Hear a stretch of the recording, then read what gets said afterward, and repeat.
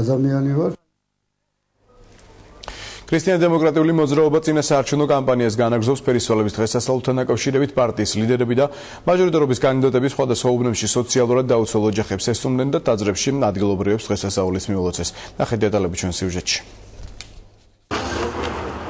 ფერისცვალების დღესასწაულთან დაკავშირებით ქრისტიან-დემოკრატების კრწანისის რაიონის მაჟორიტარობის კანდიდატი ზაზა გაბუნია ადგილობრივებთან ერთად წირვას წმინდა ნიკოლოზის სახელობის ეკლესიაში დაესწრო.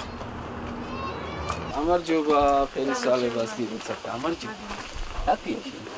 ჩვენი ამოცანა არის ის, რომ სოციალური ხურლად სისტემის გაანგარიშება, ამაზე ლაპარაკი ძალიან შორს აგვიყვანს. თავარი არის ის, რომ რაშიც ყველაზე მეტი ეხარჯება ქალაქის თანხა დღეს ოჯახის ბიუჯეტის არის კომუნალური ტარიფები. წირვის შემდეგ ზაზა გაბუნია თაბორიძეების ოჯახში მივიდა და დღესასწაული მიულოცა. ოჯახში 6 მცირეწლოვანია და ისინი სიღარიბის ზღვარს მიღმა იპყრობებიან. დიასახლისთან ერთად მაჟორიტარობის კანდიდატმა კომუნალური გადასახადების სამართლიანი ტარიფებისა და სოციალური შეღავათების თემები განიხილა. ეს არის განსაკუთრებული დღესასწაული, ყველა ხარო, ყველას მიხარია და მე მინდა რომ ეს სიხარული იყოს წარუვალი ჩვენი მოქალაქეების, ოჯახებიდან მათი გულები. ნაძალადევის რაიონის მაჟორიტარობის კანდიდატი კი დღესასწაულს თემქაზე მდებარე ტაძარში ადგილობრივ მოსახლეობასთან ერთად შეხვდა.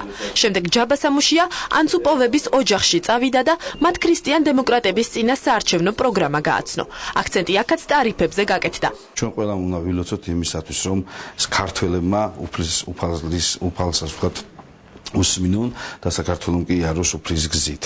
ამ ადამიანებისთვის უნდა იყოს ფერისცვალება ეს არჩევნები.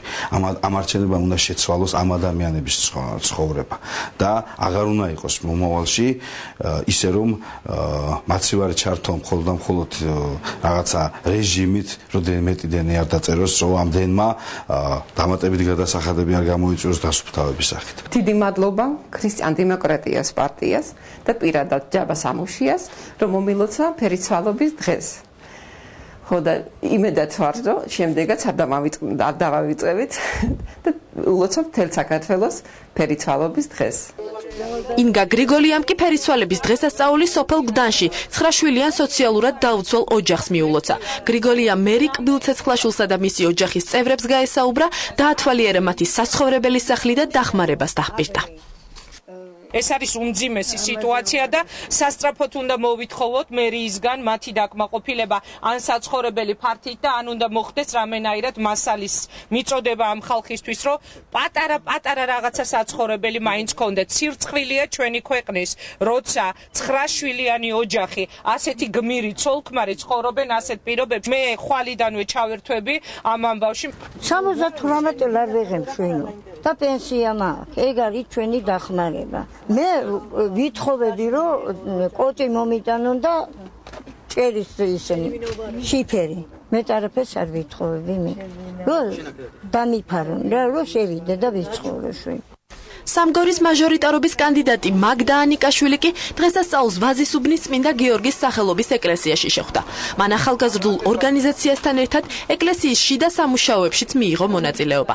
დღესვე მაგდა ანიკაშვილი თეონა ვარდიაშვილის სოციალურად დაუცველ ოჯახსაც ესტუმრა და ფერისცვალება მიულოცა.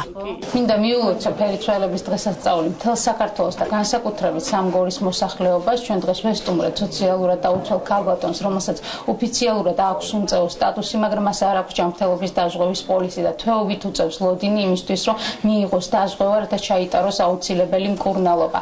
ქრისტიან-დემოკრატიული მოძრაობა წინა საარჩევნო კამპანიას აქტიურად განაგრძობს.